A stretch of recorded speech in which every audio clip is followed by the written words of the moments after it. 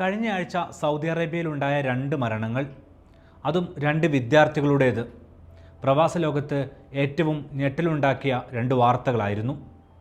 രണ്ടും കൗമാരക്കാർ.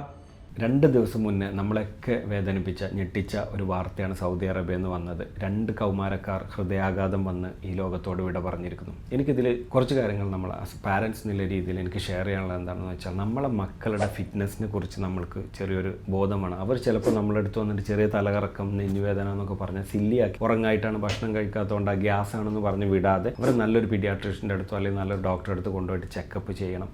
അവരുടെ fitness okay ആണെന്നുള്ള സർട്ടിഫിക്കറ്റ് കിട്ടിയതിന് മാത്രമേ അവരെ ഹെവി ആയിട്ടുള്ള എക്സസൈസുകളിലേക്ക് വിടാവൂ.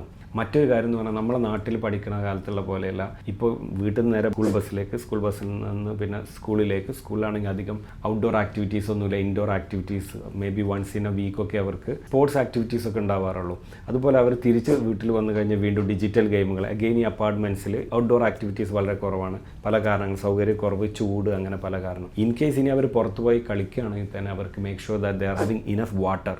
ബോഡി ടെമ്പറേച്ചറിലുള്ള ഇംബാലൻസും ഇങ്ങനെയുള്ള മരണങ്ങൾ സംഭവിക്കാൻ കാരണമാവാറുണ്ട്. പിന്നെ മിനിമം നമ്മുടെ മക്കളുടെ ഇടയിലൊക്കെ അവർക്കൊക്കെ ഒരു ഏജ് കഴിഞ്ഞ് അവർക്ക് മിനിമം CPR എങ്ങനെ ചെയ്യണം എന്നുള്ളതും, അതുപോലെ അവരെ പഠിപ്പിക്കുന്ന അധ്യാപകർക്കും ഡീഫിബ്രിലേറ്റർ എക്യുപ്മെൻറ്റ്സ് എങ്ങനെ ഇത്തരം ഘട്ടങ്ങളിൽ ഉപയോഗിക്കണം എന്നൊക്കെ അറിഞ്ഞ് കഴിഞ്ഞാൽ ഒരു പക്ഷേ ഇതുപോലുള്ള സാഹചര്യങ്ങൾക്ക് വളരെ ഉപകാരപ്രദമായിരിക്കും.